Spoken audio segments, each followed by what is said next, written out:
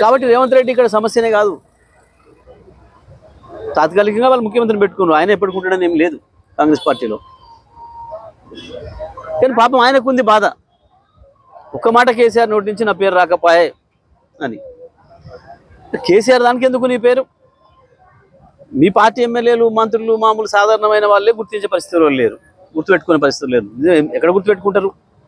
ఏం మాట్లాడినావు? ఎందుకు విలనైంది కాంగ్రెస్? తెలంగాణ ఇచ్చినందుకు అన్నావు కదా, తెలంగాణ బిడ్డల్ని చంపినందుకు విలనైంది. ఉన్న తెలంగాణను తీసుకుపోయి ఆంధ్రాలో కలిపినందుకు విలనైంది. ఇచ్చిన హామీలు తుంగలో దొక్కి తెలంగాణను మోసం చేసినందుకు విలనైంది. పెడుతుండు మళ్ళీ కేసీఆర్ గురించి.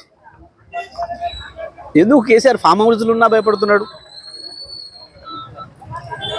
నీ 10 ఏళ్ళు నువ్వే రాసి పెట్టుకుంటే అయిపోయాయి. నువ్వు కేసీఆర్ గురించి ఎందుకు మాట్లాడాలి, కేటీఆర్ గురించి ఎందుకు మాట్లాడాలి, ఇంకొకరి గురించి ఎందుకు మాట్లాడాలి? రాసే పెట్టుకుంటే 10 ఏళ్ళు నీదే అని రాసి పెట్టుకున్నాడు. మళ్ళీ ఎందుకు మాట్లాడుతున్నావు, మళ్ళీ ఎందుకు భయపడుతున్నావు? గట్లనే అర్థమవుతుంది. 10 ఏళ్ళు కాదు, ఇవాళ రేపు పుట్టతో పీకుతుందో ఆ పదవి.